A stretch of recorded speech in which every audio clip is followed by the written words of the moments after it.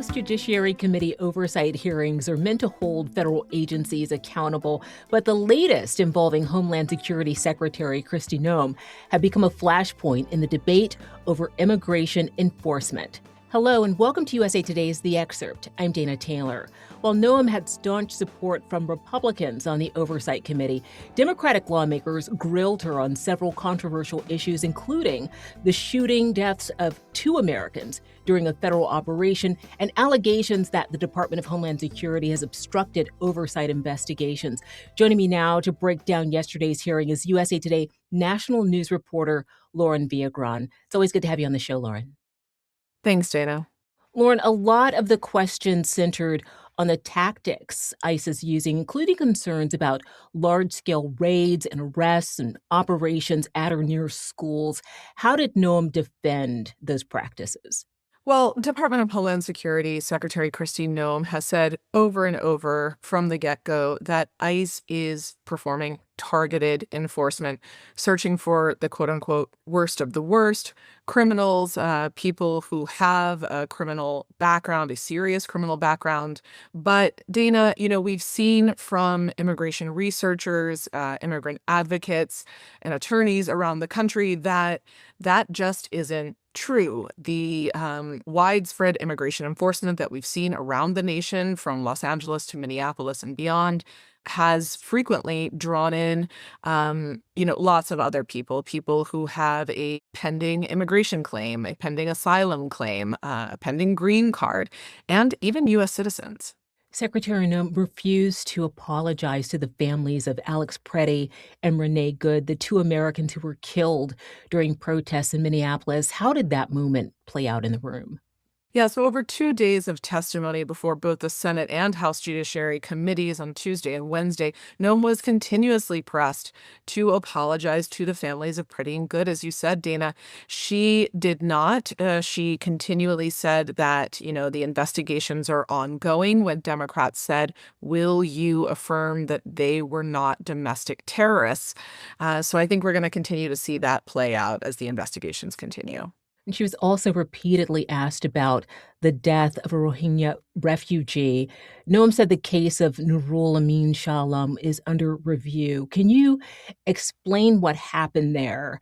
And are there independent investigations underway? The case you're referring to is of a nearly blind man who was allegedly released by U.S. Border Patrol in upstate New York in front of a Tim Hortons donut and coffee shop at 8 p.m. at night. On a frigid night, the coffee shop was actually already closed. It had been closed since 7 p.m. The man wandered off and ultimately died. Now, my understanding is that Buffalo local police are investigating the death as a homicide. Kristi Noem did say the matter was under review, as you said.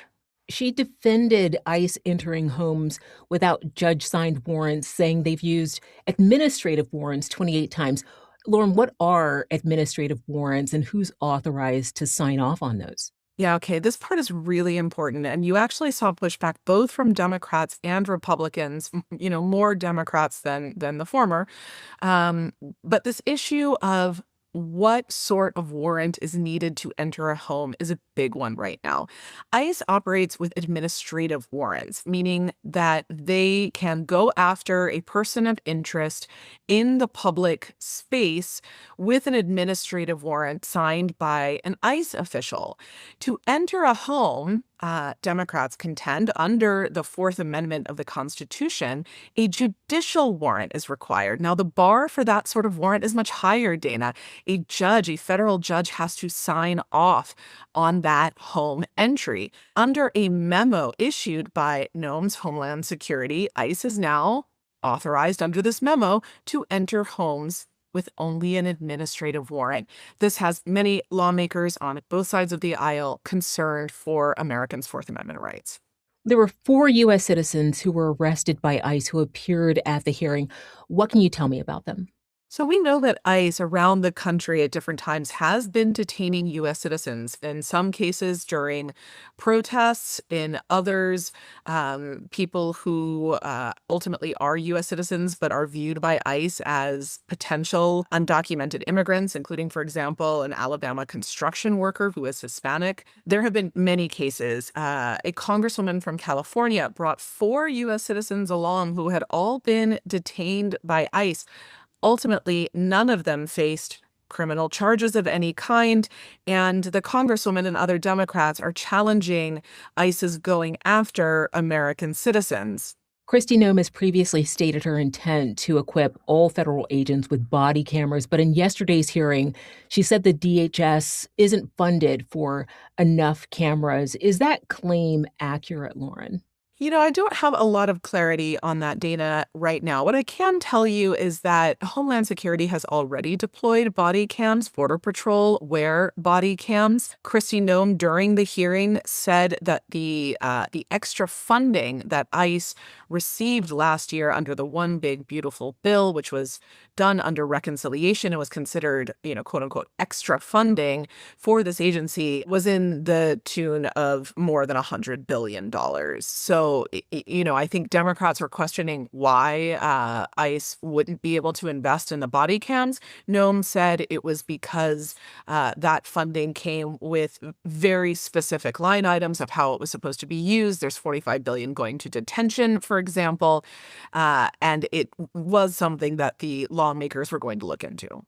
Some senators, including Senator Tillis, have called for Noem's resignation. Is this call coming mainly from Democrats, or is it bipartisan? So Senator Tom Tillis of North Carolina, who is not seeking re-election, was one of the more outspoken Republicans over the 2 days of Senate and House Judiciary Committee hearings. He has called for the resignation of Noem, and he is prepared to wield the power that he has as an outgoing senator to hold up votes if he doesn't get what he wants. He has asked her for a litany of items and information regarding immigration enforcement and other matters.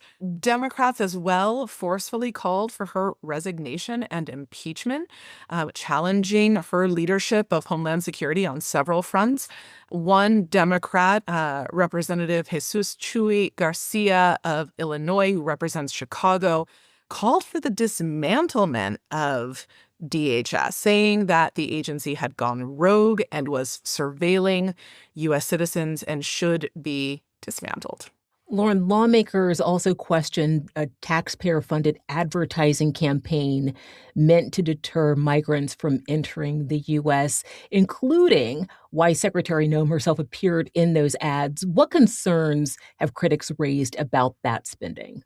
Yeah, so the Department of Homeland Security has been spending billions of dollars on publicity around mass deportation. That, of course, was one of President Donald Trump's top promises and a focus of his first year in office. Kristi Noem herself has appeared in many of these advertising campaigns, including one that involved her on horseback in front of Mount Rushmore. I will say, Dana, that Noem says that this advertising saves Americans money because it helped convince potentially millions of immigrants in the country illegally to, quote unquote, self-deport.